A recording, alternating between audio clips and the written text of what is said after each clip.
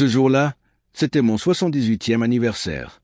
Le seul cadeau que j'ai reçu, ce sont plusieurs coups de poing au visage de la part de mon propre fils. Je n'aurais jamais imaginé finir par terre, le visage ensanglanté et le cœur brisé. Je m'appelle José, et ce que je vais vous dire est plus douloureux que n'importe quelle blessure. C'était mon anniversaire, et tout ce que je voulais, c'était que mon fils se joigne à moi pour couper un gâteau que j'avais acheté au magasin en ville. Je n'ai rien demandé d'autre, pas de cadeau, pas de grande fête. Je voulais juste le voir sourire avec moi un moment, comme quand j'étais enfant. Mais ce que j'ai reçu a été le coup le plus dur de ma vie. Et je ne parle pas du coup qu'il m'a donné, mais de la trahison qu'il m'a lui-même infligée. Cet après-midi-là, des voisins étaient venus au ranch.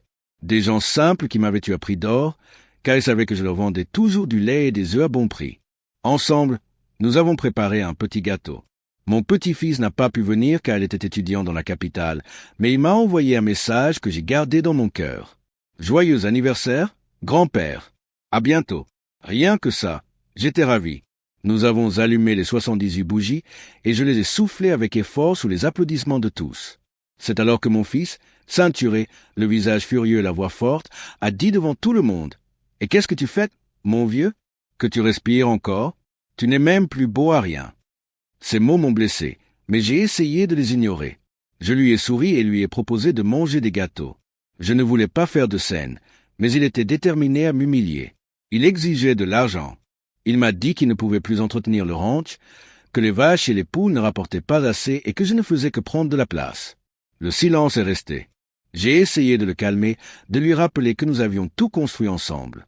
Je lui ai dit que ce n'était pas le moment de parler de problèmes, que c'était aujourd'hui pour la paix. Puis il m'a hurlé dessus avec colère. « Vieil homme inutile, tu n'es même pas assez bon pour mourir. » J'ai à peine eu le temps de regarder mon gâteau que son poing m'a frappé au visage. Je suis tombé à la renverse sur la table. J'ai senti les bougies me brûler la peau, le sang couler de mon nez et de mon oreille. J'ai entendu les murmures des voisins. Certains riaient nerveusement, d'autres baissaient les yeux. Ma belle-fille a éclaté de rire et a dit « Voilà comment ce pauvre type apprend à ne pas ouvrir la bouche. » Cette moquerie m'a fait plus de mal que le coup. Je me suis relevé comme j'ai pu, pris de vertige, et j'ai vu un voisin sortir son téléphone portable et réussir à enregistrer. Je ne sais pas s'il essayait de m'aider ou par curiosité morbide, mais il a enregistré. La honte m'a écrasé. Mes jambes tremblaient, et soudain, j'ai entendu des sirènes. Quelqu'un avait appelé une ambulance. Mon fils m'a pris froidement par le bras et m'a poussé vers le camion. Ce n'était pas affectueux. C'était comme porter un sac poubelle. Je saignais. J'ai essayé de lui dire d'arrêter, mais il m'a asséné une autre phrase qui me brûle encore la poitrine. « J'espère que tu vas mourir, comme ça tu ne me gêneras plus. » Il m'a fait monter dans la voiture et a démarré en direction de l'hôpital de la ville. Le trajet était interminable. J'étais adossé à la vitre, regardant les collines défiler, me demandant quand ce garçon, pour qui j'avais acheté des chaussures au prix de tant de sacrifices, était devenu mon bourreau. Nous sommes arrivés aux urgences. Il m'a tiré vers le sol et m'a emmené à l'accueil. J'ai cru un instant qu'il allait prononcer mon nom, qu'il allait dire que j'étais son père, mais non. Ce que j'ai entendu m'a bouleversé. Il a dit à la réceptionniste « Je l'ai trouvé allongé sur la route. Il est probablement sans abri. » D'un seul coup, sans un tremblement dans la voix, elle m'a nié comme si je n'avais jamais existé. La réceptionniste m'a regardé avec suspicion. J'ai essayé de parler, mais je pouvais à peine bouger la bouche. Le sang me serrait la gorge. Elle m'a demandé « Comment s'appelle-t-il » J'aurais voulu dire José Moral, mais mon fils m'a interrompu. « Je n'en ai aucune idée, madame. Je l'ai amené uniquement parce que j'avais pitié de lui. Le pire, c'est quand il a fouillé dans ma poche et a sorti ma carte d'électeur, disant qu'elle était déchirée et que je devais la jeter. Il l'a gardée comme si c'était la sienne. Sur le formulaire d'admission, ils ont écrit 3 lettres que je n'oublierai jamais. Nona, sans nom. Ils m'ont allongé sur un brancard. J'ai regardé mon fils commander un café au distributeur et dit au revoir comme si de rien n'était. En partant, il a dit au gardien, « Si vous êtes trop importun, ils vous emmèneront dehors. » Je me suis retrouvé comme un chien dans un hôpital où personne ne me connaissait. J'ai fermé les yeux, pensant que c'était la fin de mon histoire, mais soudain, un jeune aide-soignant s'est approché de moi et m'a murmuré « N'abandonnez pas, monsieur. Vous n'avez pas l'air d'un chien errant. Je sais qu'il ment. » Cette phrase m'a soutenu comme une canne invisible. Resté seul, avec la lumière blanche au-dessus de moi et l'odeur d'alcool dans l'air, j'ai senti mon vieux téléphone portable dans ma poche arrière. Je ne sais pas comment, mais il était toujours là. Je l'ai allumé, les mains tremblantes. J'avais un message non ouvert. Il venait de mon petit-fils. Il disait « Où es-tu, grand-père? Réponds-moi, s'il te plaît. » J'ai pleuré en silence.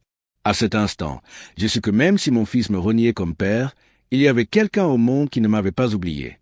Je m'appelle José Moral. Je suis né et j'ai grandi dans une petite ville d'Hidalgo. Depuis mon enfance, je connaissais la campagne, la terre sèche, l'odeur de l'étable et le chant des coqs qui me réveillaient avant le soleil. Je n'ai jamais eu de luxe et je n'en voulais pas.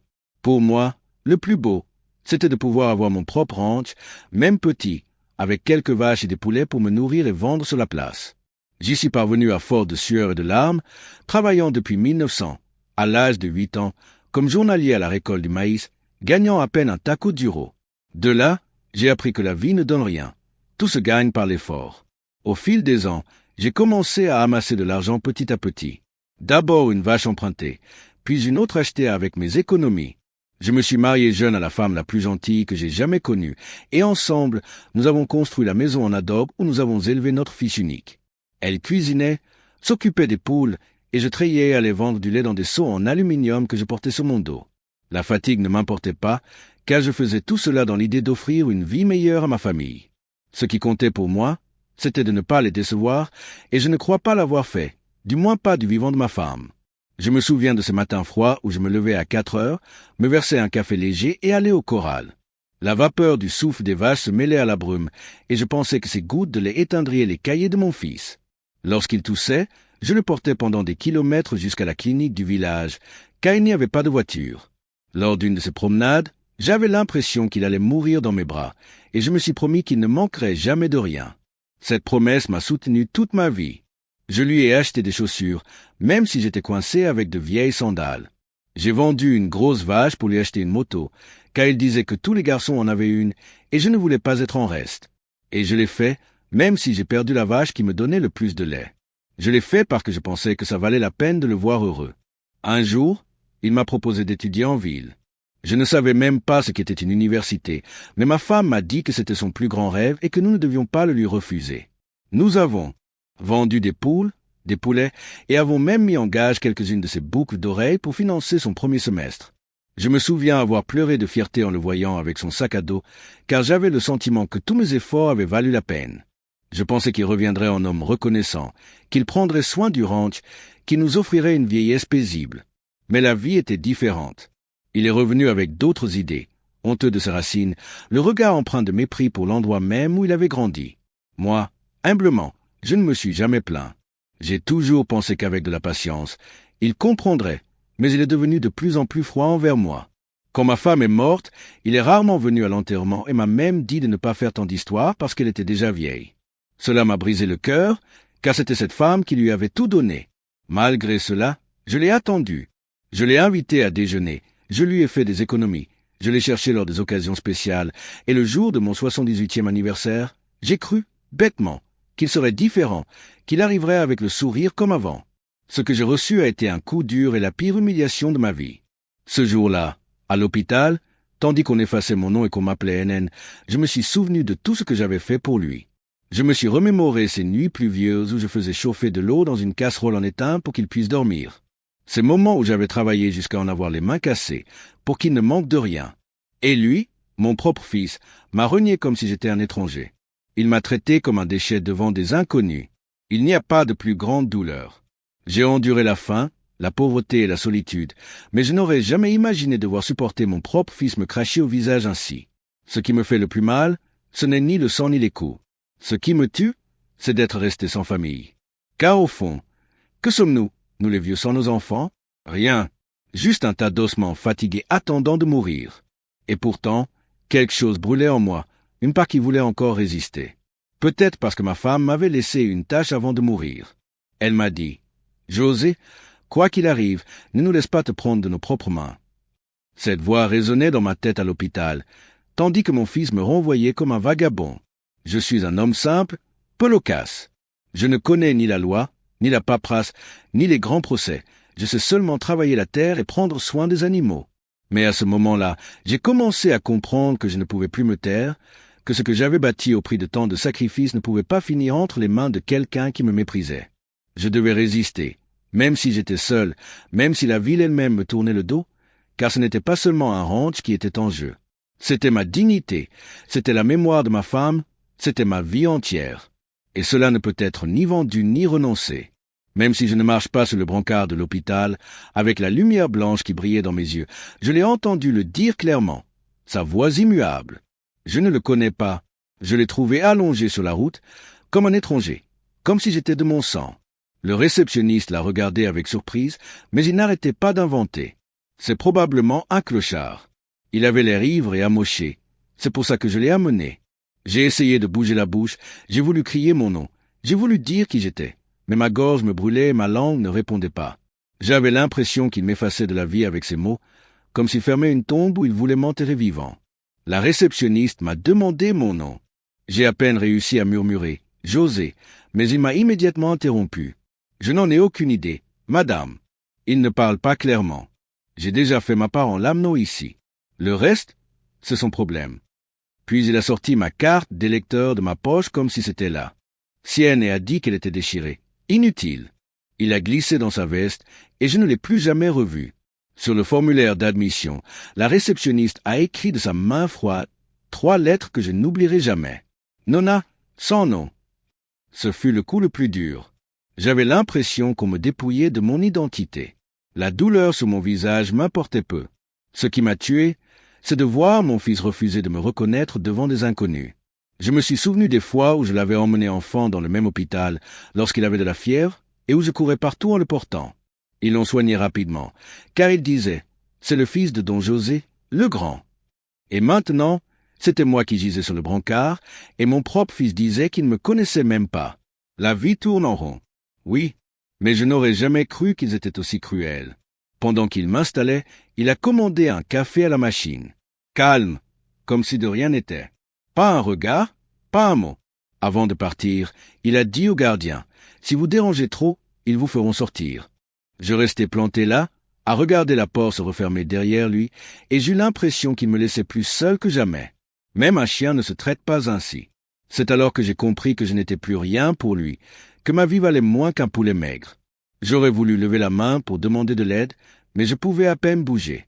Mon corps était lourd, comme si je m'enfonçais dans un puits. Les autres patients me regardaient de travers, comme s'ils se demandaient si j'étais vraiment sans abri. Personne ne me parlait, personne ne me défendait, et je ne pensais qu'à une chose, le cœur brisé. Comment j'en étais arrivé là? Comme ce garçon dont j'avais nettoyé le nez, à qui j'avais appris à monter à cheval, à qui j'avais acheté des chaussures neuves en vendant ma plus grosse vache. Maintenant, il m'enterre vivant avec ses mensonges. Soudain, un jeune aide-soignant s'est approché et m'a parlé doucement. « Ne vous inquiétez pas, monsieur. Je sais que ce n'est pas ce que dit cet homme. Vous n'avez pas l'air d'un chien errant. » Ces mots m'ont redonné un peu de souffle, comme si on m'avait versé de l'eau dessus en plein désert. J'étais peut-être un garçon sans éducation, mais j'avais des yeux, et leurs yeux ont vu que je n'étais pas celui que mon fils disait. Ce geste m'a réconforté plus que n'importe quel remède. La douleur du coup au visage était intense, mais pas autant que celle d'entendre mon nom de famille arraché. J'avais l'impression qu'on me volait mon histoire, qu'on me dépouillait de tout ce que j'avais été. Car quand on est vieux et qu'il ne reste que son nom, se le faire enlever, c'est comme se tuer de son vivant. Je n'ai pas pleuré, non pas par réticence, mais parce que mes larmes avaient déjà séché. J'ai juste respiré profondément et serré les dents tandis qu'on me pulvérisait du gaz au visage. À cet instant, j'ai pensé à ma femme, à la façon dont elle m'aurait défendu, à la façon dont elle aurait arrêté notre fils d'un seul regard.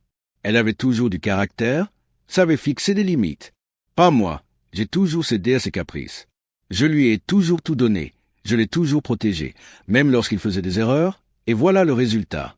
Un fils qui me frappait au visage et me reniait comme si je n'avais jamais existé.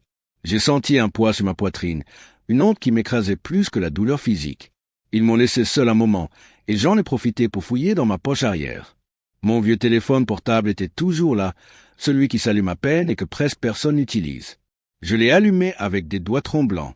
L'écran brillait faiblement, juste assez pour voir que j'avais un message non ouvert. C'était de mon petit-fils. Il disait « Où es-tu, grand-père? Réponds-moi, s'il te plaît. » Cette phrase me faisait trembler de la tête aux pieds, car même si mon fils me reniait comme un chien, il y avait toujours quelqu'un qui me reconnaissait comme grand-père, quelqu'un qui me cherchait, quelqu'un qui m'appelait par mon nom. J'ai fermé les yeux et serré ce téléphone dans ma main. À cet instant, je sais que je n'en avais pas fini, que j'avais encore une raison de continuer à résister. La haine de mon fils voulait m'enterrer, mais la voix de mon petit-fils me rappelait à la vie. À ma sortie de l'hôpital, j'étais encore prise de vertige, l'œil gonflé et le visage marqué de cicatrices. Je marchais lentement vers le ranch, car malgré mes douleurs corporelles, le besoin de voir mes animaux me poussait à continuer. Ils étaient ma vie, ma compagnie. Je pensais que, même si mon fils m'avait renié, au moins mes vaches et mes poules seraient toujours là, à m'attendre. Mais ce que je trouvai fut un vide qui me glaça le sang. En arrivant, je vis le portail grand ouvert. L'enclos où j'entendais toujours les meuglements était silencieux. Je m'approchai, le cœur lourd, et ce que je craignais se confirma. Plus une seule vache ne restait. Les attaches pendaient du poteau comme si elles avaient été arrachées de force. Le sol était encore humide, avec du fumier frais, signe qu'elle venait à peine d'être sortie. Je regardai vers le poulailler, et c'était pire. Les cages étaient ouvertes, la paille éparpillée partout, et pas un gloussement ne se faisait entendre. Mes poules pondeuses, celles qui me fournissaient ma nourriture quotidienne, avaient disparu. Je m'accrochais au chambranle de la porte en bois pour ne pas tomber. J'avais l'impression de manquer d'air.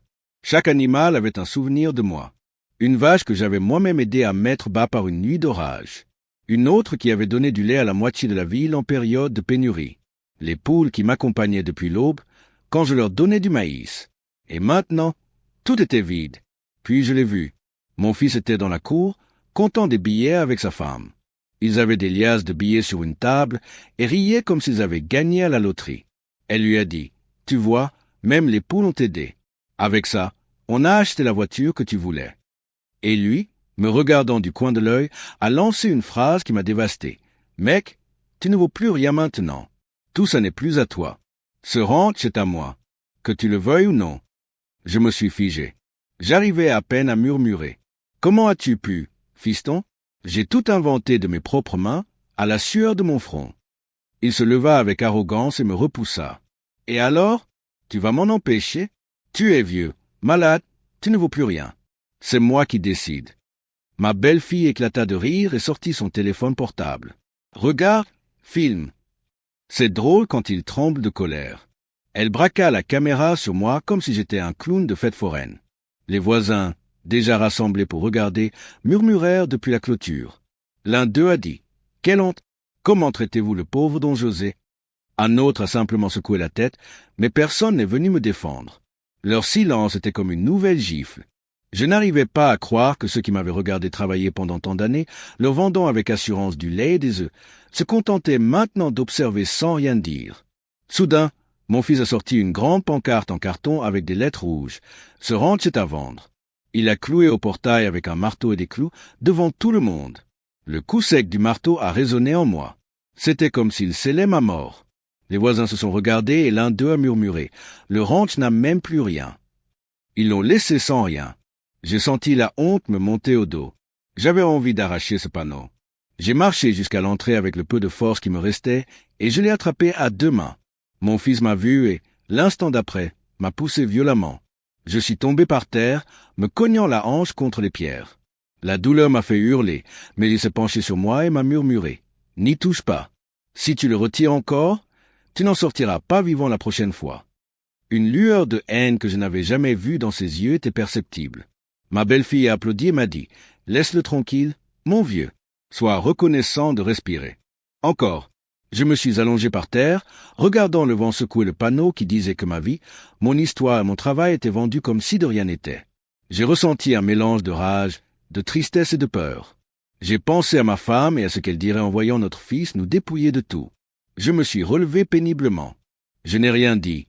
J'ai juste serré les poings et regardé le sol, car si je levais les yeux, je m'effondrerais complètement.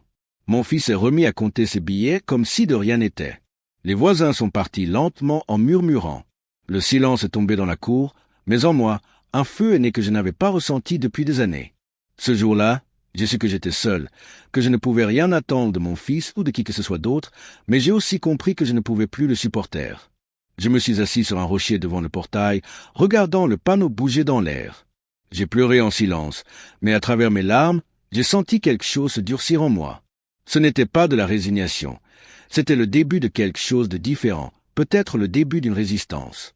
Le soleil tapait fort cet après-midi-là quand j'ai revu le panneau sur le portail, qui disait en lettres rouges « Ce ranch est à vendre ». J'ai senti mon estomac se retourner. Ce morceau de carton n'était pas seulement une publicité. C'était comme si mon fils avait écrit « Ta vie ne vaut rien ». Mes mains tremblaient, mais quelque chose en moi me poussait à me lever du rocher où j'étais assis et à marcher vers le portail. Je ne pouvais pas laisser le ranch que j'avais construit au prix de tant de sacrifices être offert au plus offrant comme un déchet. Je me suis approché lentement, j'ai serré le panneau fermement et j'ai commencé à l'arracher. Puis je l'ai entendu derrière moi. C'était la voix de mon fils, pleine de rage. « Je t'ai dit de ne pas le toucher, mon vieux. » Je l'ai senti me pousser si fort que je suis tombé à genoux. Le coup m'a coupé le souffle, et quand j'ai relevé la tête, je l'ai vu. Il avait une machette à la main. Il a soulevé de quelques centimètres, juste assez pour qu'elle brille au soleil, et a dit, à travers, les dents serrées, la prochaine fois. Ah, vois-tu, je ne te sauverai pas, je t'enterrerai ici. Mon cœur battait la chamade. Ce n'était pas la peur de mourir, mais le choc d'entendre de sa propre bouche qu'il était capable de me tuer. Je le fixais du regard, muette, car je savais que si je parlais, il me briserait. Autour de moi, des voisins observaient à distance, cachés derrière la clôture. Personne ne s'approchait, personne ne disait rien. Le silence était plus dur que la machette dans la main de mon fils. Je restais allongé par terre un moment. La honte me transperçait la poitrine comme un poignard. Je me souvenais de mon enfance, quand je le conduisais au marché sur mes épaules, et qu'il riait aux éclats. Maintenant, ce même enfant pointait une machette sur moi et me traitait de nuisance. La vie me montrait la pire des trahisons. Ma belle-fille sortit de la maison avec un sac plastique rempli de billets, le donna à mon fils et dit « Regarde, avec ça, on peut. J'ai déjà payé la moitié de la voiture. » Puis il m'a regardé et m'a dit « Vas-y, mec, ne nous gêne pas, tu es comme un chien collé à la porte. » Ces mots furent une autre pierre jetée sur moi. J'ai baissé la tête, ravalant mes larmes. Je me suis redressé du mieux que j'ai pu et me suis rassis sur la pierre. J'ai regardé le panneau qui se balançait au vent, et cela m'a fait plus mal que n'importe quelle blessure, car ce ranch n'était pas qu'un simple bout de terre. Mes souvenirs, mes efforts, le souvenir de ma femme y étaient enfouis. J'ai porté chaque brique de la maison. J'ai élevé chaque clôture à la main. Chaque animal qui passait par ici, je l'ai élevé avec patience. Et maintenant, tout était vendu comme un vieux jouet. Je restais là, immobile, la machette brillant encore dans mes yeux, même si mon fils était déjà rentré dans la maison pour continuer à compter son argent. Je pensais que le plus simple était peut-être d'abandonner, de partir, de tout laisser derrière moi et de disparaître. Mais quelque chose brûlait en moi. Cela ne pouvait pas finir comme ça. Pas après tout ce que j'avais donné, pas après avoir promis à ma femme de prendre soin de notre propriété jusqu'au bout. J'ai regardé le sol, et je me suis souvenu de ces paroles la dernière fois que nous avions parlé de l'héritage. José, ne te fie pas aveuglément. Garde les papiers en lieu sûr. Un jour, tu en auras besoin. À cet instant, comme un éclair, je me suis souvenu de la vieille Bible qui se trouvait dans la cuisine. Cette Bible avait non seulement des pages usées, mais elle avait caché les documents originaux du ranch. Ce souvenir m'a donné un peu d'espoir. Sur le champ, j'ai pris ma décision. Je n'allais plus me taire. Je n'allais plus les laisser me voler ce que j'avais construit toute ma vie. J'étais peut-être vieux, fatigué, mais j'avais encore la force de défendre mon nom, ma terre et ma dignité. Peu importe que j'étais seul, peu importe que tout le monde se taise. Quelque chose en moi s'est durci, et je sais que ce serait le début du plus grand combat de ma vie. Le vent continuait à déplacer le panneau, et chaque fois que je le voyais osciller, ma colère montait. J'ai essuyé le sang séché de mon visage et me suis relevé. Je n'ai rien dit, j'ai regardé vers la maison où mon fils riait avec sa femme en comptant les billets. Puis, à voix basse, presque pour moi-même, j'ai dit « Tu as pris mes vaches, tu as pris mes poules, tu as même pris mon nom à l'hôpital. Mais tu ne garderas pas ce ranch, je te le jure. » Je me suis rassis sur le rocher, fatigué, mais le cœur brûlant. C'était peut-être la première fois de ma vie que je ne me sentais pas complètement vaincu. L'humiliation avait été grande, certes, mais à cet instant précis, quelque chose de nouveau est né en moi. Ce n'était pas seulement de la rage, c'était de la dignité, c'était un souvenir. C'était la voix de ma femme qui me disait de résister. Ce jour-là, devant ce panneau, j'ai compris que j'avais perdu mon fils, mais j'avais trouvé le courage d'y faire face. Cette nuit-là, je n'ai pas pu dormir.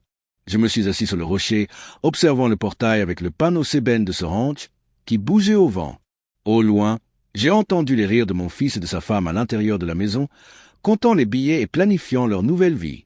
Je me sentais mort, Mais soudain, une idée me frappa comme si j'avais été secoué.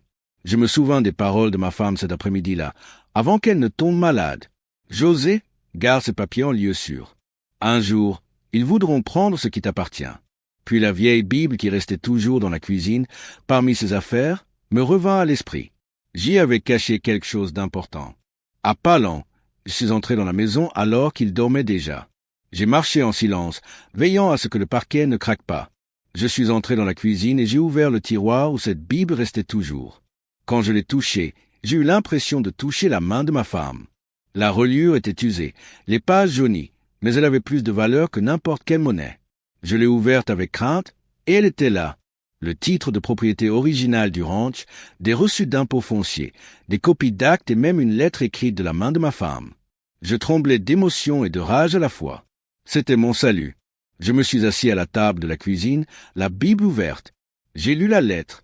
Elle José, si un jour je ne suis plus là et que tu as l'impression que tout s'écroule, souviens-toi que ce que nous avons construit ensemble est là. Ne laisse personne te l'enlever. Cette terre est ta vie et la mienne. Défends-la. J'ai pleuré en silence. C'était comme si elle me parlait du ciel. Cette lettre m'a donné de la force. Je me suis dit, vieil homme, tu n'es pas seul. Elle est toujours avec toi. Je ne savais pas quoi faire de ce papier.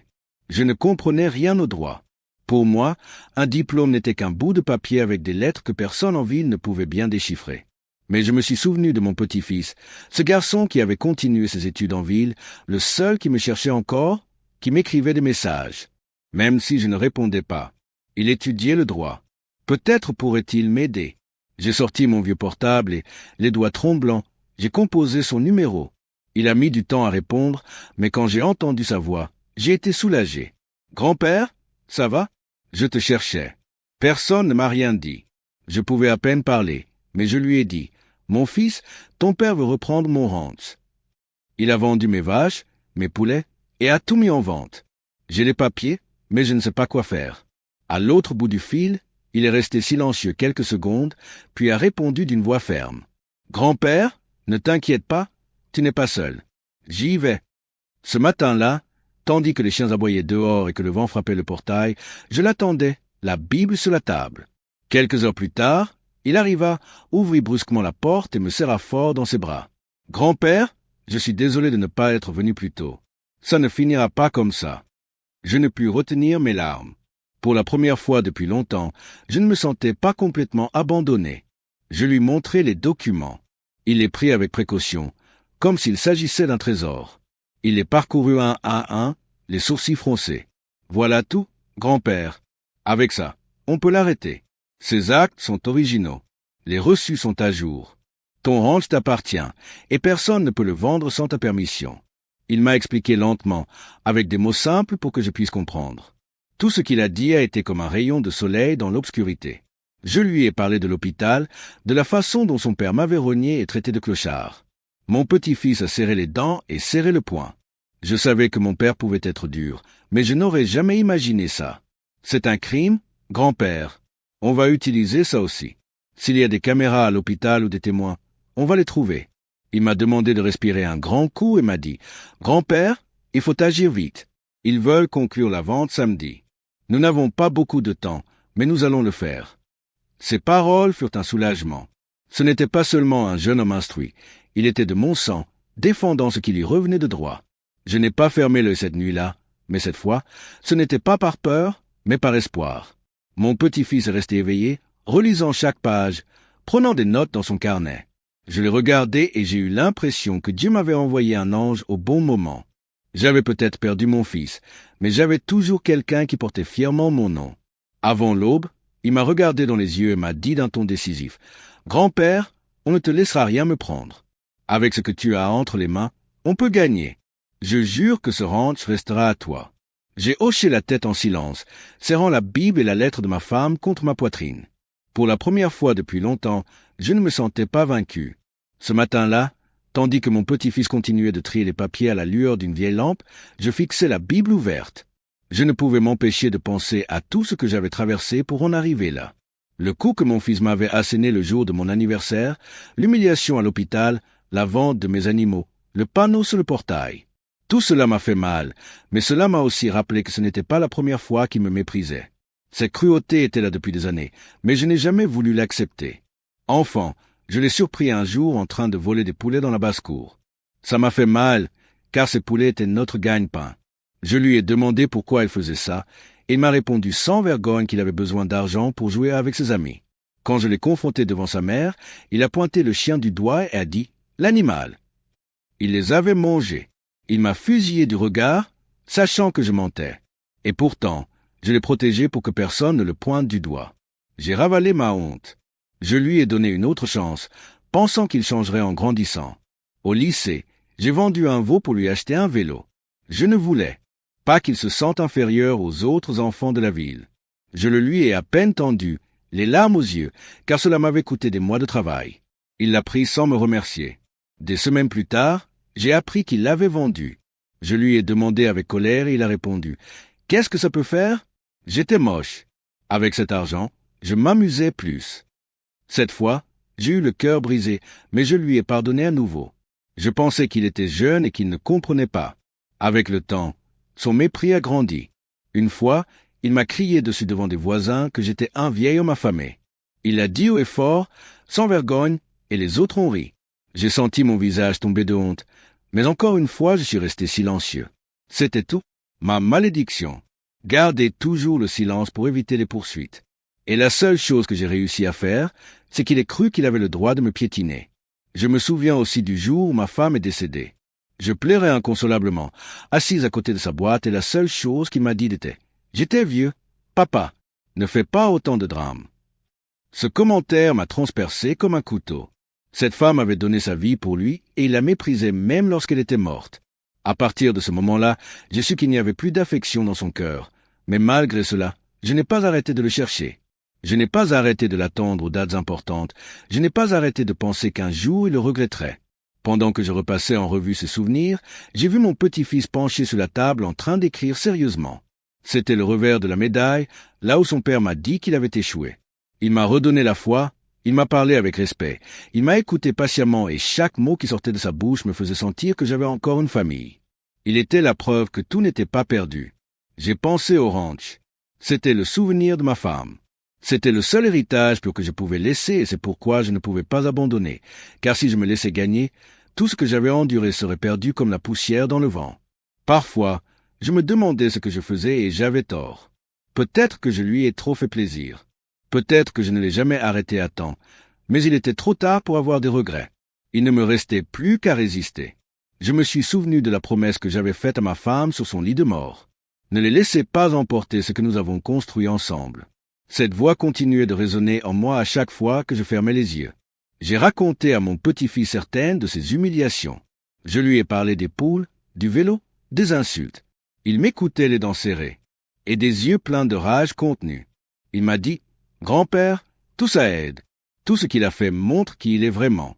Nous n'allons pas seulement l'arrêter, nous allons le démasquer. » Ces paroles m'ont donné du courage. Ce n'était pas seulement un garçon instruit, il était mon sang défendant ce que son père avait voulu détruire. À ce moment-là, en larmes, je lui ai demandé pardon. « Pardonne-moi, mon fils, de t'avoir élevé avec un père comme celui-là. Peut-être que j'ai échoué, mais il m'a attrapé la main et a répondu fermement. « Tu n'as pas échoué, grand-père. Vous avez fait tout ce que vous pouviez. C'est lui qui a échoué et maintenant c'est lui qui va le payer. » J'ai senti le poids de 100 ans d'humiliation commencer à s'éloigner un peu de mes épaules. Peut-être que je ne pouvais pas effacer tout ce que j'avais souffert, mais je pouvais empêcher mon fils de m'enlever la dernière chose que j'avais. Cette décision n'appartenait plus à moi seul.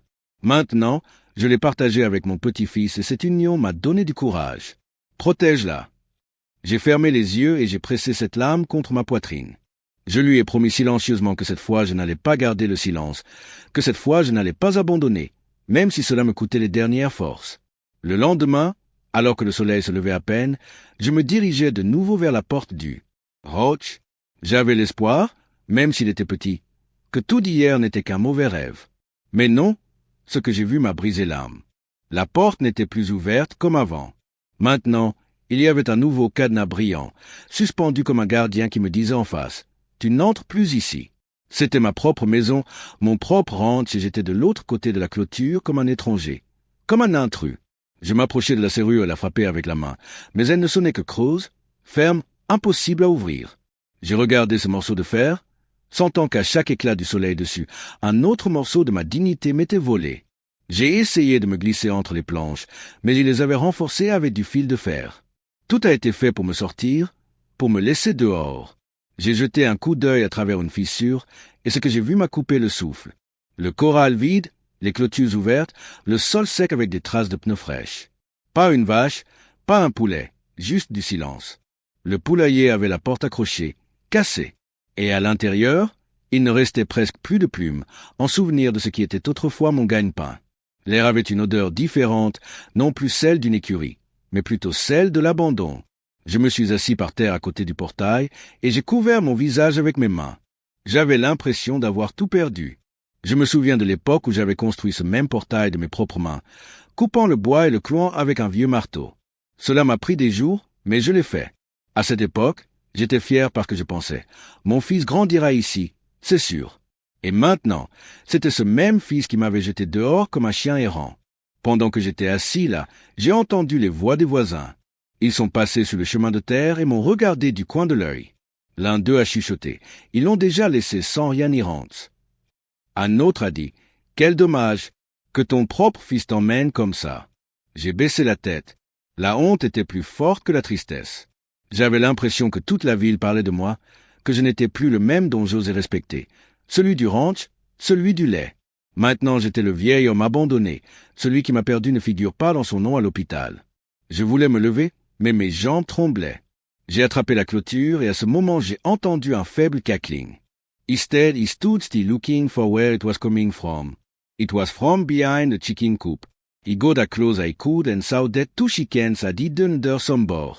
They were skinny, dirty, but alive. When he saw them, Ater came out.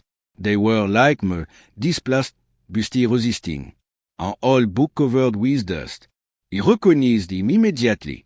It was my wife's Bible, the same one where he had kept the papers. He picked it up with trembling hands. Il était mouillé sur les bords, mais toujours ferme. Je l'ai ouvert et à l'intérieur se trouvaient toujours les documents et sa lettre. À ce moment-là, j'ai senti que tout n'était pas perdu, que même si mon fils m'avait mis dehors et fermé les portes, Dieu et ma femme me rappelaient que j'avais une arme pour me défendre. J'ai serré la Bible contre ma poitrine et je me suis tenu devant le portail. Mon petit-fils est arrivé peu de temps après avec un visage sérieux, m'a vu avec la Bible dans les mains et m'a serré fort dans ses bras. « Grand-père, ne pleure pas. Ce verrou ne signifie pas que vous avez perdu. Ce verrou signifie qu'ils ont peur que vous réclamiez ce qui vous appartient. » Ces paroles m'ont redonné un peu de souffle. Je lui ai parlé des poules cachées, du portail, des murmures des voisins. Il m'a tout écouté sans m'interrompre. Puis il m'a dit, « Grand-père, tout ça ne sert à rien. Les gens parlent déjà, ils savent déjà ce que ton père a fait. Et ces poules qui ont survécu sont la preuve que tu as encore des racines ici. Ce n'est pas fini. » Je l'ai regardé et j'ai hoché la tête. Je me sentais extrêmement fatigué, comme si mon âme pesait plus que mon corps. Mais je sentais aussi que ces paroles étaient vraies. Le ranch était vide, le portail fermé. J'étais abandonné, mais j'avais entre les mains les papiers et la lettre de ma femme. C'était plus fort que n'importe quelle serrure. J'ai de nouveau regardé le panneau Sand. Je l'ai détesté. Mais au lieu de l'arracher, je l'ai touché avec la Bible à la main et j'ai juré silencieusement que cette annonce n'allait pas se réaliser, que tant que je respirerais, ce ranch ne serait pas vendu. Cet après-midi-là, assis devant le portail, j'avais l'impression d'avoir touché le fond. Il n'avait pas de vaches, pas de poules, il n'avait aucun respect de la part des voisins.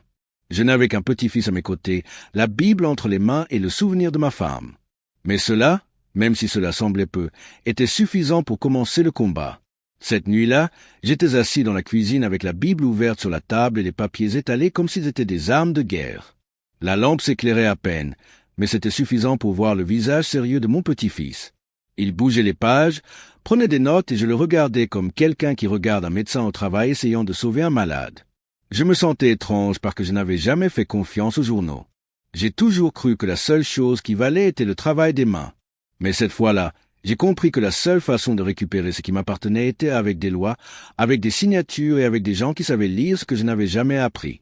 Mon petit-fils m'a expliqué lentement avec des mots clairs, comme s'il s'adressait à moi et à un enfant en même temps. « Grand-père, ces papiers sont la clé. Voici votre nom. Voici la signature de ma grand-mère. Avec cela, nous pouvons arrêter la vente, mais il nous en faut davantage. Nous avons besoin de témoins. Les reçus, Tout ce qui prouve que vous avez toujours vécu et travaillé ici. Je l'écoutais tranquillement en hochant la tête. Chaque mot était comme une graine d'espoir semée dans mon cœur. Il commença à dresser une liste sur une feuille de papier. Il a d'abord écrit « vétérinaire ». Cet homme venait chaque année pour vacciner mes vaches. Il avait des reçus signés avec mon nom. Il peut déclarer que le bétail était son grand-père. Il m'a dit. Ensuite, il a écrit l'acheteur. Servir. Je l'ai regardé travailler et j'ai senti que même s'il était vieux et fatigué, il a toujours tendu la chance de pelear. Mi entra accent aigu l'escrit. Y o restaba. Mi accordaba de cadave sino que mi m'abbia comprado yuevo, de cadave que fieleche a las familias que no tenían dinero. Todo elo sabian quien era yo.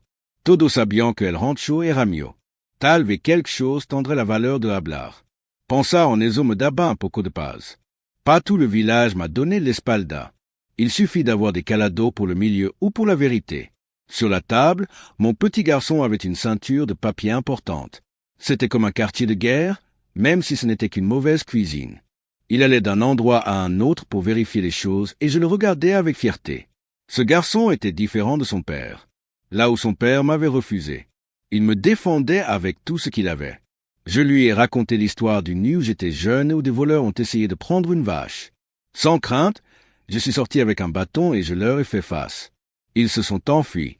Mon petit-fils m'a écouté et m'a dit « Tu as le même courage maintenant, grand-père, mais cette fois, ce n'est pas un bâton, ce sont des papiers et des témoins. » J'ai souri un peu parce que j'ai aimé la façon dont il l'a dit. Le lendemain, nous avons commencé à déménager. Nous sommes allés voir le vétérinaire. Il m'a reçu la tête baissée parce qu'il savait ce qui s'était passé. Don José, j'ai reçu des vaccins et des médicaments. Ils sont tous à votre nom. Si vous en avez besoin, ils sont à vous. Il me les a remis sans réfléchir. C'était un allié. Ensuite, nous recherchons l'acheteur du bétail. Au début, il a fait semblant de ne pas comprendre, mais mon petit-fils lui a parlé fort. Si vous ne dites pas la vérité, ils l'accuseront avec lui de fraude. Vous avez des audios, n'est-ce pas? L'homme a soupiré et nous a montré des messages vocaux dans lesquels mon fils faisait pression sur lui pour qu'il conclue l'affaire rapidement. C'était de l'or. Mon petit-fils l'a enregistré sur son téléphone portable et j'avais l'impression que chaque test était comme récupérer une brique dans mon rente. Nous sommes également allés à l'hôpital. Le réceptionniste nous a reconnus immédiatement. Je me souviens de toi, Don José. Vous n'êtes pas un vagabond. Je l'ai entendu dire qu'il ne le connaissait pas. Le Linty, un jeune infirmier, a également accepté de témoigner. Je sais que vous êtes de bonnes personnes. S'il m'appelle, je parlerai. Je les ai regardés avec gratitude, les yeux pleins de larmes. Je n'étais pas aussi seul que je le pensais. Nous sommes retournés au ranch et mon petit-fils a tout enregistré sur le mur. Reçu, copie, audio. Chaque test était une pierre de plus dans la défense que nous mettions en place. Je me suis assis sur la chaise fatiguée, mais avec une âme légèrement plus légère. Je lui ai dit, « Mon fils, je n'ai jamais pensé que les papiers étaient plus résistants qu'une machette. » Il a souri et il a répondu, « Grand-père, avec ça nous allons montrer qui tu es et qui il est. L'important est que tu endures. » Cette nuit-là, maintenant plus calme, j'ai entendu à nouveau le gloussement des 2 poulets cachés. Je les ai regardés et j'ai pensé qu'ils étaient comme moi, battus, maigres, mais toujours debout. Je leur ai jeté du maïs et ils sont venus rapidement. Ce simple geste m'a rempli de force. J'ai pensé que si ce poulet pouvait survivre en se cachant, je pourrais aussi résister. J'ai regardé la Bible ouverte et la lettre. Je lui ai parlé en silence. « Vieille dame, je ne t'ai pas laissé tomber. Il voulait me mettre dehors, mais je respire encore. Et tant que je respire, les jours ont passé et petit à petit j'ai commencé à sentir que je n'étais pas aussi perdu que je le pensais la première fois qu'on m'a fermé la porte au nez. Était en train de préparer. Je l'ai regardé avec respect car, même s'il était jeune, il parlait avec la fermeté d'un homme qui sait ce qu'il fait. Il m'a dit, « Grand-père, le plan est le suivant. Nous allons rassembler tous les papiers originaux, plus les reçus du vétérinaire, plus les témoignages de l'hôpital. Ensuite, nous allons demander le soutien de la présidence municipale pour qu'elle reconnaisse publiquement que tu es le propriétaire et si ton père essaie de vendre, nous allons porter plainte avant qu'il ne signe quoi que ce soit. » Homme de la campagne, je me sentais étrange en fonction des cachets et des signatures. Pour moi, la valeur d'un homme était dans sa parole, mais la parole de mon fils était pourrie. Et maintenant, la seule chose qui pouvait me sauver était ces papiers que ma femme gardait si soigneusement. C'était comme si elle avait su que ce moment viendrait. Qui m'arrive? Il ne pouvait plus se battre avec une machette ou la force brute. Mon rôle était de résister en silence, de rassembler des souvenirs, de chercher des témoins et surtout de ne pas me laisser plier par les humiliations qui allaient sûrement continuer. C'était mon champ de bataille. Maintenant, nous sortons ensemble pour chercher plus de soutien. Nous avons rendu visite au notaire de la ville. Il m'a reçu avec sérieux, mais lorsque je lui ai montré les actes originaux, il m'a dit « Don José, avec ces documents, tu es toujours le seul propriétaire. Personne ne peut vendre sans ta signature. Ce que votre fils a essayé de faire est illégal. » En entendant cela, j'ai eu l'impression que le souffle qui m'avait été coupé m'était rendu. C'était la première fois depuis des semaines que quelqu'un le disait clairement. J'avais toujours le droit. Le notaire a également accepté d'y aller comme témoin si le moment était venu. Mon petit-fils a souri satisfait. Voyez, grand-père, petit à petit, cela se met en place. Je l'ai regardé et j'ai pensé qu'il était comme un berger qui rassemble les brebis perdues pour qu'aucune ne soit laissée derrière. Pendant ce temps, j'observais aussi le voisin. Beaucoup au début, il ne faisait que chuchoter, mais certains m'ont approché en cachette. Une femme a apporté un vieux cahier, où elle avait noté les achats d'œufs qu'elle avait faits pour moi pendant des années. Écoute, Don José, c'est toujours toi qui me les as vendus. Selon mon petit-fils, un homme qui travaillait avec moi m'a dit, « S'il m'appelle, je le déclarerai. J'ai vu comment vous avez construit ce ranch à partir de rien. » Chaque mot de soutien était une brique supplémentaire dans la défense, mais il y avait aussi des tensions. Un après-midi, mon fils m'a trouvé devant la porte en train de parler à un voisin.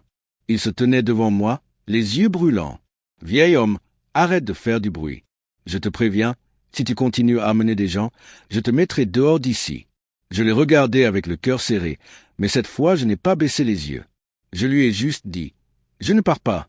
Ce ranch n'est pas à vendre. » Pour la première fois, je le vis hésiter comme si mon calme lui pesait plus qu'un cri. Ce soir-là, mon petit-fils m'a félicité. « Grand-père, c'est ce que je voulais entendre. Il n'a plus peur. C'est ce qui le affaiblit le plus. Ne soyez pas intimidés. » Je n'ai pas beaucoup répondu, mais à l'intérieur j'ai ressenti un feu que je n'avais pas eu depuis longtemps. Le plan a continué à prendre forme. Mon petit-fils a obtenu des copies certifiées conformes des documents. Nous avons conservé les originaux dans la Bible et avons caché la Bible dans un endroit secret. Chaque étape a été calculée. Il a également préparé une plainte. Écrit, prêt à être livré dès que mon fils aura tenté de signer la vente.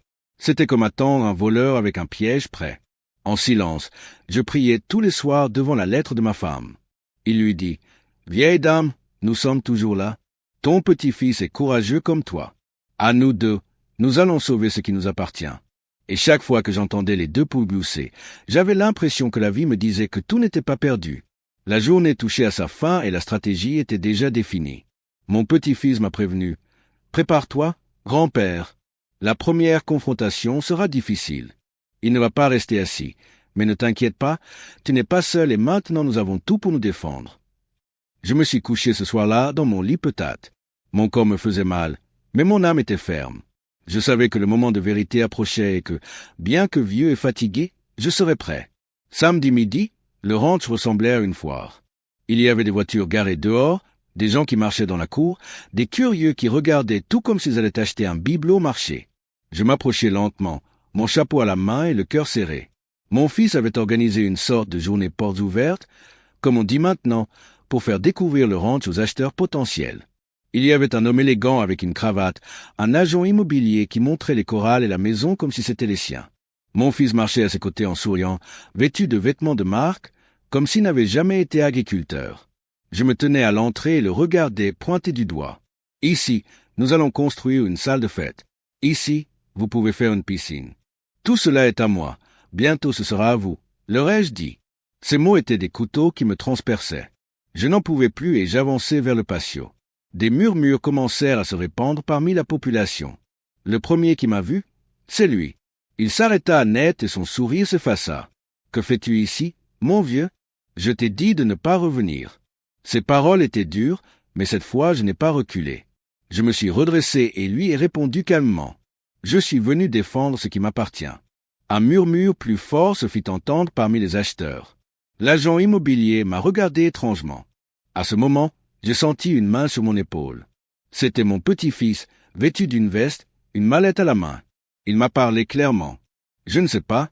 T'inquiète, grand-père, tu n'es pas seul aujourd'hui. Nous avons marché ensemble jusqu'au centre du patio, et tout le monde nous regardait attentivement.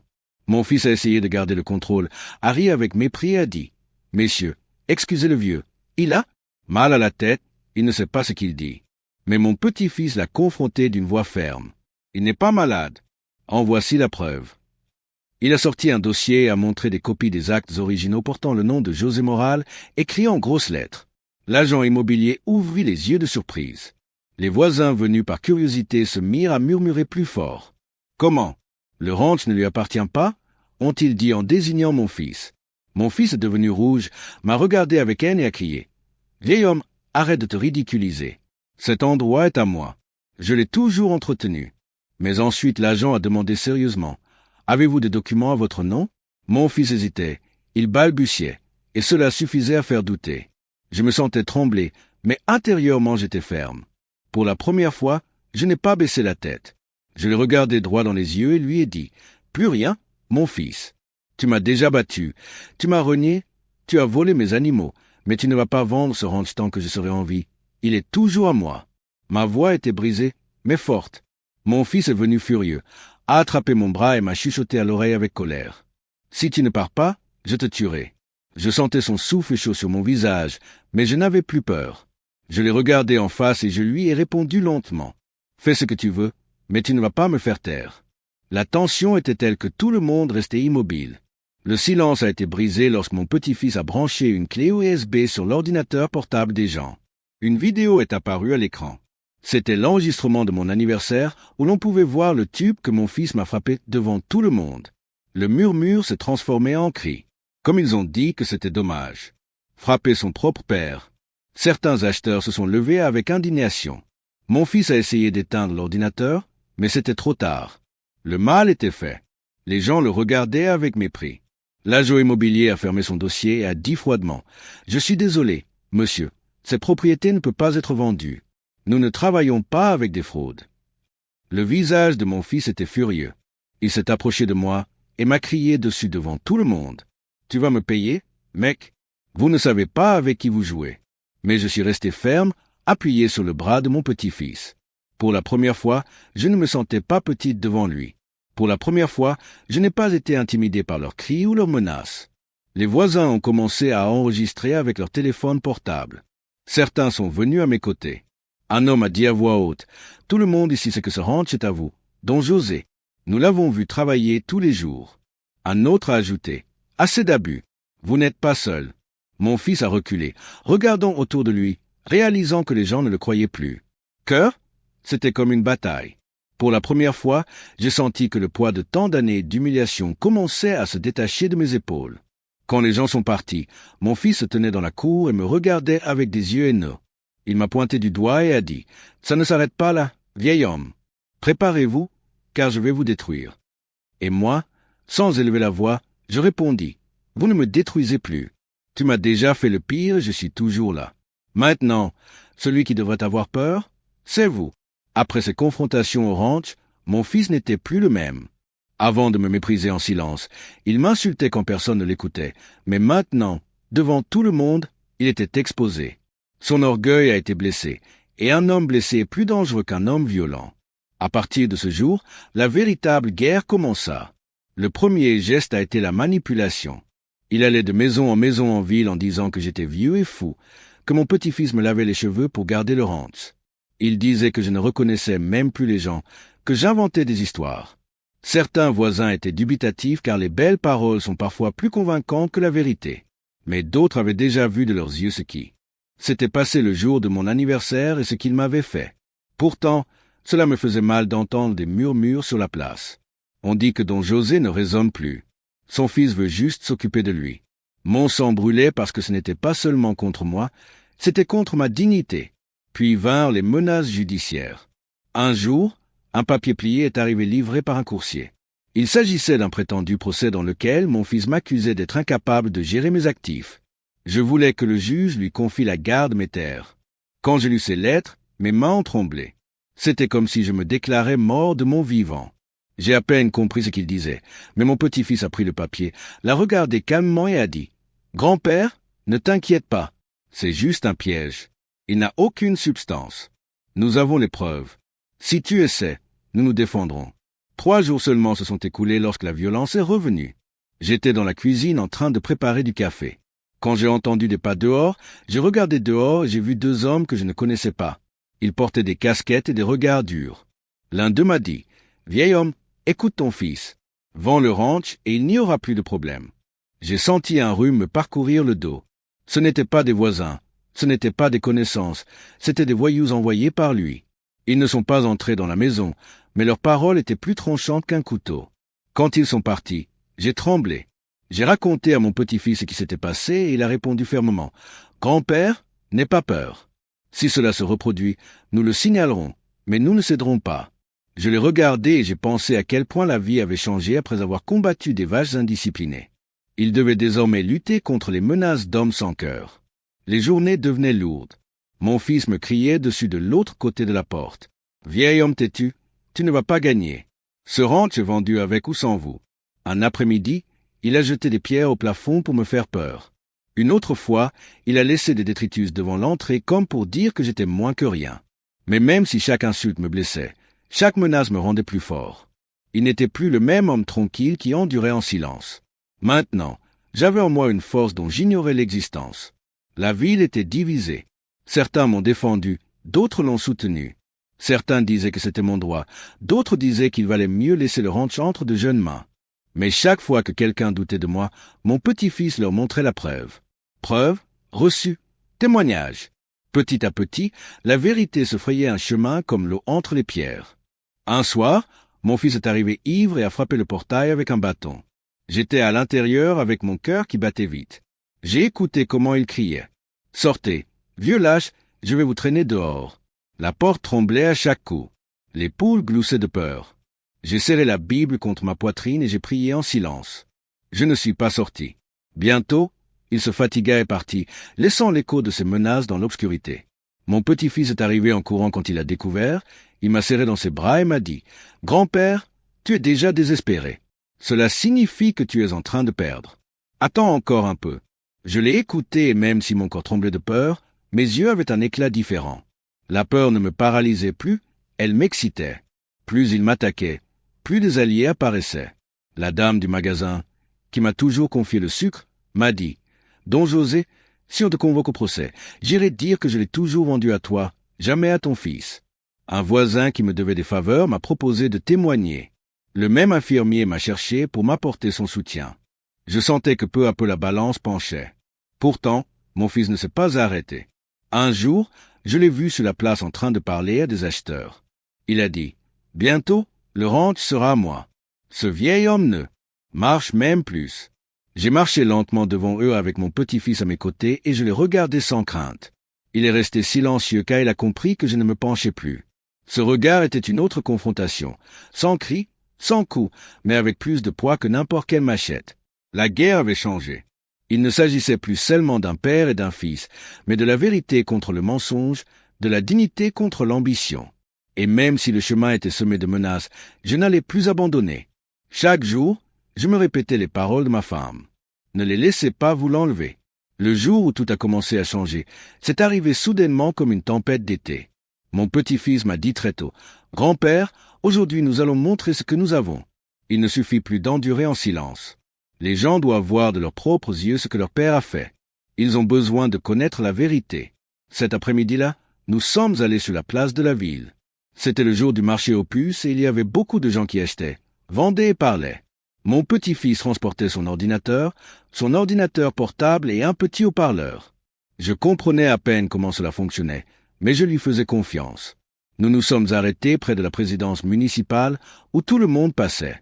Les gens se sont réunis curieux. « Qu'est-ce que Don José apporte maintenant ?» murmurèrent-ils. Je sentais les nerfs dans ma gorge, mais je restais ferme, la Bible serrée dans la main. Mon petit-fils a branché le haut-parleur et a ouvert une vidéo. Soudain, les voix sur la place turent. L'enregistrement de mon anniversaire est apparu sur l'écran, au moment où mon fils m'a frappé devant la table et m'a jeté au sol. Mon gémissement a été entendu. Vous avez vu comment il m'a attrapé le visage, puis l'image de lui quittant la maison comme si de rien n'était. Les gens se sont figés. Personne n'a parlé pendant quelques secondes jusqu'à ce qu'une femme s'exclame « Quel scandale ! Frapper son propre père le jour de son anniversaire !» Les murmures devinrent forts. Certains ont dit « Je n'y croyais pas. Je pensais que c'était des ragots. » D'autres ont commenté « Pas étonnant que Don José soit seul. Maintenant, je comprends tout. J'ai eu honte parce que personne ne veut être vu au plus bas. » Mais en même temps, j'ai ressenti un soulagement. Ce n'était plus seulement ma parole contre la sienne. Maintenant, tout le monde voyait la vérité. Mon fils était sur la place lorsque cela s'est produit. Il s'est levé d'une table à la cantine et est venu droit vers nous, le visage rouge de fureur. « Éteins ça, putain de gamin !» a-t-il crié à mon petit-fils. Mais il était trop tard. Les gens le regardaient avec mépris. Une femme a craché par terre et a dit « Je devrais vous faire honte. » Mon petit-fils, je ne sais pas, a été libéré sous caution. Il sortit un autre document et le montra à haute voix. Voici les actes du ranch au nom de José Moral, mon grand-père, et voici les reçus signés par le vétérinaire qui a soigné les vaches. Tout est à son nom, pas à celui de son fils. Le public s'est approché pour regarder les journaux. Un homme a murmuré. Donc le ranch n'a jamais été le sien. Mon fils a essayé de se justifier. Ce vieil homme ne sait plus ce qu'il fait. Tout ce qu'il voit, c'est de la manipulation, mais personne ne l'a cru. L'infirmier de l'hôpital, qui était allé sur la place pour acheter des légumes, a élevé la voix. Je l'ai soigné. J'ai vu quand vous l'avez laissé pendu comme s'il était un étranger. Ne mentez pas. Ce témoignage a été comme un éclair. Les gens ont commencé à lui crier dessus. Honteux, traître. Quel genre de fils? Est-ce que le visage de mon fils a changé? De la fierté, il s'est transformé en rage et de rage en peur. Porprimo avait elle aussi su dar affront à la multitude ionc quiso gritar, su voz no sonaba firme, con el corazón latiendo fuerte, sino efer la voz del pueblo. Esa tarde su reputación quedó manchada. Y a pader el hombre esptado que de se hacer. En la tienda el empezaron a tratar frialdad. En la, cantina no elo rodibian con aplauso. Alguno de su amigo dejaron de jetarse con él. Los mansos que se reían conmigo ante, ahora elo señalaban a él. La humillación empezaba a cambiar de lugar. Yo no celebraba su desgracia por dentro de mi seguía habiendo dolor de padre. Pero también sentía que era justo, que la vida por fin le estaba cobrando cada humillación que me había hecho pasar. Mi nieto me abrazó al salir de la plaza y maître dijo, abuelo, este es apenas el inicio. Hoy el pueblo supo la verdad. Manana la sabrá en juillet. Yo asentí mirando al suelo. No era hombre de hablar mucho, pero dentro de mí una voz decía, ahora sí, ya no estoy solo. Ya no soy un viejo loco. Ahora la gente sabe quién miente. Esa noche me costó dormir. Pero por primera vez las lágrimas que salieron no fueron de tristeza, sino de alivio. Escuchaba a las dos galinas cacarear y sentía que hasta el festejaban conmigo. El juicio llegó más rápido de lo que yo esperaba. Mi nieto había trabajado día y noche y consiguió que nos dieran una audiencia a la cabecera municipal. Yo nunca había pisado un juzgado y confesó que tenía miedo. Moi sentía como si fuera a la escuela sin saber leer, pero mi nieto me agarró del brazo y me dijo, tranquilo, abuelo, solo diga la verdad. La verdad es nuestra fuerza. Entramos al salón con las paredes altas y las bancas de madera. Había mucha gente porque el caso ya era un escándalo en el pueblo. Todo querían ver cómo terminaba la pelea entre padre y hijo. Yo me senté despacio con mi sombrero a la mano y miré al frente. Al otro lado, mi hijo vestido de traje con mirada soberbia, on detrás de eso yo ya alcanzaba a ver el miedo. El juez pidió silencio y comenzó la audiencia. Mi hijo habló primero, se paró con voz fuerte y dijo que yo estaba viejo, que no sabía él lo que hacía, que solo quería cuidarme y manjarme bien porque yo ya no era capaz. Su palabra era un veneno disfrazado de cariño. Alguno ascensión, pero yo veía en su ojo que no él lo creían del todo. Cuando me tocó hablar a mí, me levanté despacio. La voz me temblaba, pero hablé claro. Señor juez, yo soy José Moral. Tengo 78 años y toda mi vida trabajé este rancho con mi mano. Mi hijo me golpeó en mi cumpleaños, me abandonó en el hospital, vendió mi vaca y mi gallina y ahora quiere quitarme el último que me queda. Pero aquí tengo los papeles que mi esposa y yo guardamos. Este rancho es mío. No quiero más que lo que me pertenece. El juez pidió ver los documentos. Mi nieto se los entregó en carta ordenada, escritura original, recibo del veterinario, nota de 190, testimonio por escrito. El juez los revisó con seriedad. Después llamaron a testigo. El camiro del hospital se levantó y declaró: Yo sis como su hijo elo nego front a todo. Dijo que era un vagabundo. Eso no se lo hace un padre. La recepcionista también habló. El veterinario mostró su recibo. El comprador de las vacas enseñó los mensajes don mi hijo elo presionaba. Cada testimonio era un clavo más en el atódulo de mi hijo. Yo elo miraba y veía como su rostro cambiaba. Primero trató de reír, luego de interrumpir, después de gritar. El juez le ordenó calarse varias veces. La gente murmuraba indignada. Algunos hasta se pararon para verlo mejor. Era como un toro acorralado, dando manotazo en él sin poder escapar. El momento más duro llegó cuando mi nieto puso de nuevo el video en la pantalla del tribunal. Se escuchó claro el golpe que me dio el día de mi cumpleaños. El juez lo miró fijamente y le preguntó: ¿Usted golpeó a su padre? Mi hijo tartamudeó. Sudaba, buscaba palabra. Al final solo dijo: él me provocó. La sala entra estaló en murmullo. Nadie le creyó. El juez golpeó la mesa con el mazo y dictó su decisión. Los documentos presentados acreditan que el rancho es propiedad de José Moral. Ninguna venta será válida sin su consentimiento. Además, se instruye a investigar la violencia ejercida contra él. Mi ojo se llenaron de lágrimas. No entendía todos los términos, pero entendielo. Principal, había ganado. El rancho seguía siendo mío.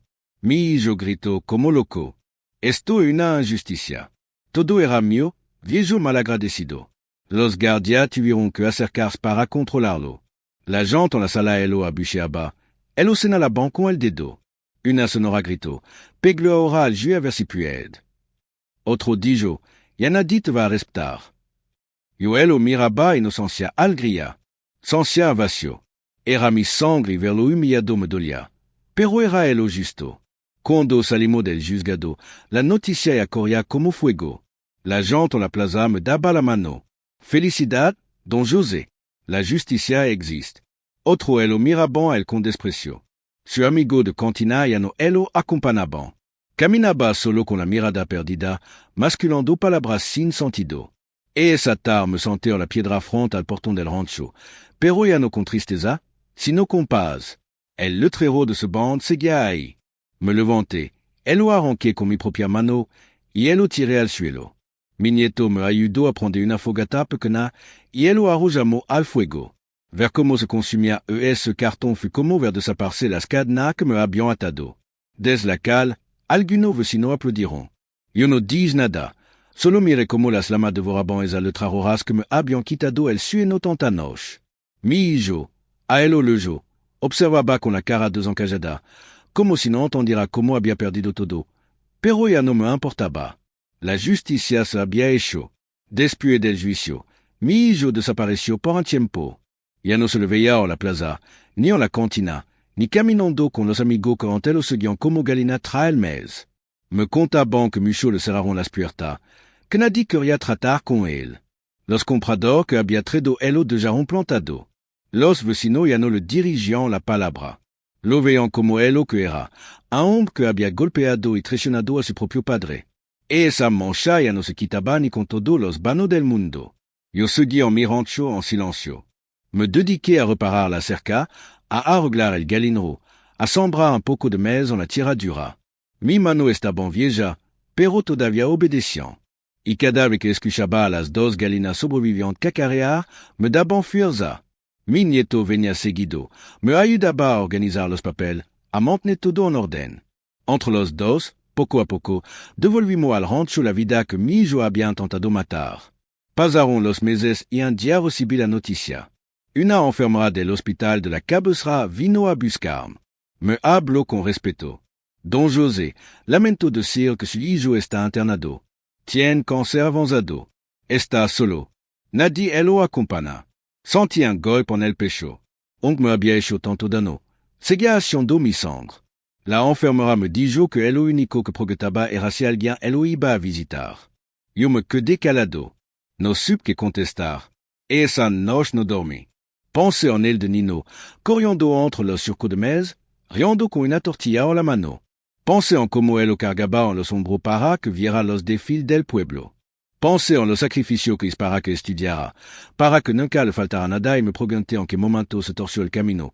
Pero luego recordé cada golpe, cada insulto, cada traición. Recordé la vergüenza en el hospital, el machete en mi costilla, el portón cerrado con candado. Recordé a mi esposa diciendo que defendiera el nuestro y entonces que no tenía nada que buscar su lado.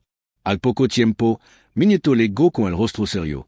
Se sentó frente a mí en la cocina y me dijo en voz baja: Abuelo, papá murió anoche. Murió solo. Nadie lo acompañó. Bajó la cabeza y guardó silencio. Yo no loré. Solo me quedé mirando la mesa, acariciando la Biblia que siempre estaba abierta. Dentro de mí había una mezcla de sentimiento, dolor porque era mi hijo, pero también una paz amarga porque entendía que la vida cobra. Cuánta tarde o temprano. Mi nieto me abrazó y me dijo: él eligió su camino. Abuelo, usted no tiene culpa. Yo asentí sin palabra. Afuera el sol entraba por la ventana, iluminando el rancho que había vuelto a ser mío. Era como si la vida me dijera que todo había regresado a su lugar. Día después, la noticia corrió por el pueblo. Todos supieron que había muerto solo en el hospital, sin familia que él lo acompañara. Algunos él lo criticaban, otros calaban, pero nadie él lo logró de verdad. El mismo pueblo que antes lo aplaudía, ahora él lo recordaba como un hombre que perdió todo por su ambición y su crueldad. Yo no fui al velorio, no porque no él lo quisiera, sino porque entendí que ese era su destino, cosechar él lo que sembró. Me quedé en el rancho en silencio, mirando el campo. El viento movía la soja de maíz y las gallinas picoteaban el suelo. Sentí que mi esposa estaba conmigo en cada rincón de la casa, en cada surco de tierra. Una tarde quité con mi propia mano el último pedazo del letrero de ce band que un quedaba clavado en el portón. Lo partí en dos y él lo arrojé al fuego de la estufa. Miré cómo se consumía. Y al ver las llamas pensé: esto nunca más. Fue un gesto simple, pero para mí significaba todo. Era la confirmación de que el rancho, mi vida y mi dignidad no se venderían jamás. Ahora, cada mañana me levanto temprano, camino despacio por el patio, saludo a las gallinas, riego el maíz, el aire del campo me llena los pulmones. Ya no tengo miedo, ya no tengo vergüenza. Ya am José Moral, campesino, dueño de mi rancho. Sobreviví al abandono, a la humillación, a los golpes y sigo aquí. No necesito riqueza ni aplauso. Solo necesito sentir la tierra bajo mi mano, escuchar el canto de los gallos y el eco de mi esposa en la memoria. Ella me acompaña en cada paso y mi nieto con su apoyo me devolvió la esperanza. De mi hijo solo queda la lección amarga. La vida da vuelta y el que uno siembra, eso cosecha. El sembró desprecio y cosechó soldad. Yo sembré esfuerzo y un tar coseché dignidad. Esa es mi historia. Y aquí, en este rancho entre la tierra y los recuerdos, seguiré hasta que Dios me l'ame.